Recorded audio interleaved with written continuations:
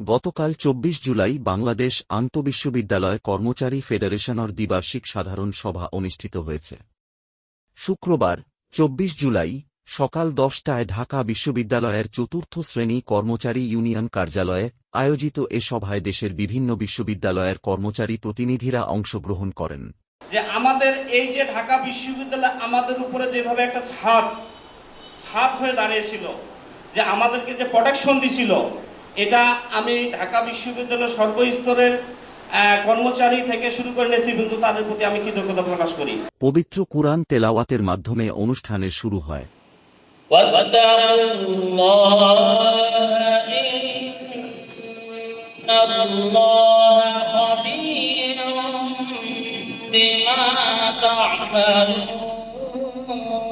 অনুষ্ঠানে প্রধান অতিথি হিসেবে উপস্থিত ছিলেন বাংলাদেশ আন্তঃবিশ্ববিদ্যালয় কর্মচারী ফেডারেশনের প্রধান উপদেষ্টা জনাব মহিউদ্দিন খন্দকার।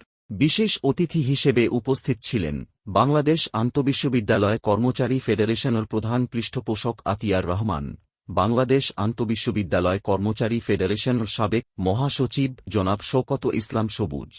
সামনে যে কমিটি গঠন হবে, এটা যদি আমরা একসাথে করতে পারি উৎসবমুখর পরিবেশে, আমার মনে হয় বাংলাদেশ আন্তঃবিশ্ববিদ্যালয় কর্মচারী ফেডারেশন দ্বিগুণ শক্তিতে শক্তিশালী হবে, এটা আমি বিশ্বাস করি।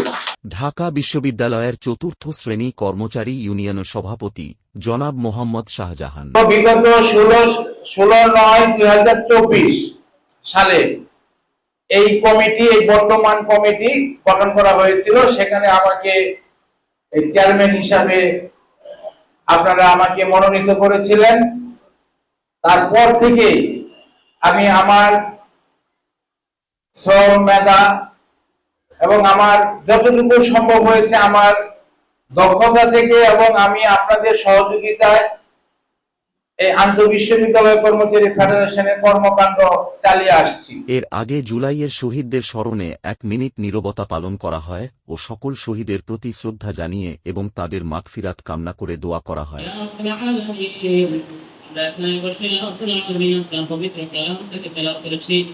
আপনার শাহী দরবারে হাত সুবহান রাব্বিকা রাব্বিল ইজ্জাতি আম্মা ইয়াসিফুন ওয়া সালামুন আলাল মুরসালিন ওয়ালহামদুলিল্লাহি রাব্বিল আলামিন। প্রধান বক্তা ছিলেন জনাব মোহাম্মদ জামাল উদ্দিন, মহাসচিব, বাংলাদেশ আন্তঃবিশ্ববিদ্যালয় কর্মচারী ফেডারেশন। কর্মচারীদের, সরকারি চাকরিজীবীদের যে সার্বজনীন পেনশন স্কিম কথা চালু করেছিল, যেটা আগে কর্মচারীদের জন্য বিশ্ববিদ্যালয়ের শিক্ষক, কর্মকর্তা, কর্মচারী, সরকারি চাকরিদের জন্য একটা কালো অধ্যায় হিসেবে আমরা বিবেচিত করেছিলাম। সেটা দীর্ঘদিন আন্দোলনের মাধ্যমে আমরা সেটা সফল হয়েছি। এছাড়া বক্তব্য দেন জনাব মো. সেলিম মিয়া, চেয়ারম্যান, বাংলাদেশ আন্তঃবিশ্ববিদ্যালয় কর্মচারী ফেডারেশন। বেসিক সংগঠনে, পেশাজীবী সংগঠনে কোন দলীয় সাইনবোর্ড লাগাবেন না। হাতে ধরে পায়ে ধরে আপনাদের কাছে আমি মাপ চাই।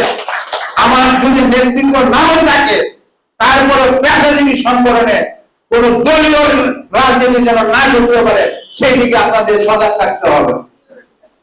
নির্দলীয় সংগঠন বাংলাদেশ আন্তঃবিশ্ববিদ্যালয় কর্মচারী ফেডারেশন নির্দলীয় একটি অরাজনৈতিক পেশাজীবী সংগঠন। এখন দেখবেন প্রত্যেক সংগঠনের প্যাডের উপরে কিন্তু লেখা থাকে। এই লেখাটা প্রথম ছিল আমাদের। আমিও চাই সারা বাংলাদেশে প্রত্যেকটা পেশাজীবী সংগঠনের লেখা থাকবে এটি একটি অরাজনৈতিক পেশাজীবী সংগঠন। সভায় সভাপতিত্ব করেন জনাব খন্দকার গোলাম সিদ্দিক, মুখপাত্র, বাংলাদেশ আন্তঃবিশ্ববিদ্যালয় কর্মচারী ফেডারেশন।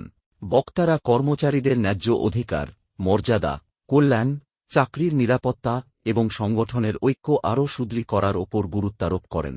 বাংলাদেশ আন্তঃবিশ্ববিদ্যালয় কর্মচারী ফেডারেশনের যে সকল নেতৃবৃন্দ উপস্থিত আছেন, আমরা আহ্বান করব আগামীতে আমাদের নির্বাচন, আজকের এই সাধারণ সভায় নির্বাচন কমিশন গঠন হবে এবং সকলের অংশগ্রহণে একটি সুষ্ঠু এবং সুন্দর কমিটি উপহার দেব ইনশাআল্লাহ। বাংলাদেশ আন্তঃবিশ্ববিদ্যালয় কর্মচারী ফেডারেশনের আয়োজনে অনুষ্ঠিত এ সাধারণ সভায় দেশের বিভিন্ন বিশ্ববিদ্যালয়ের প্রতিনিধিরা অংশ নিয়ে সংগঠনের ভবিষ্যৎ কর্মপরিকল্পনা ও বিভিন্ন সাংগঠনিক বিষয়ে মতবিনিময় করেন। এই কমিটি কি করছে একটা ভালো খবর দেই। আমরা যখন যাতে নতুন একটা কমিটির কাছে দায়িত্ব হস্তান্তর করতে পারি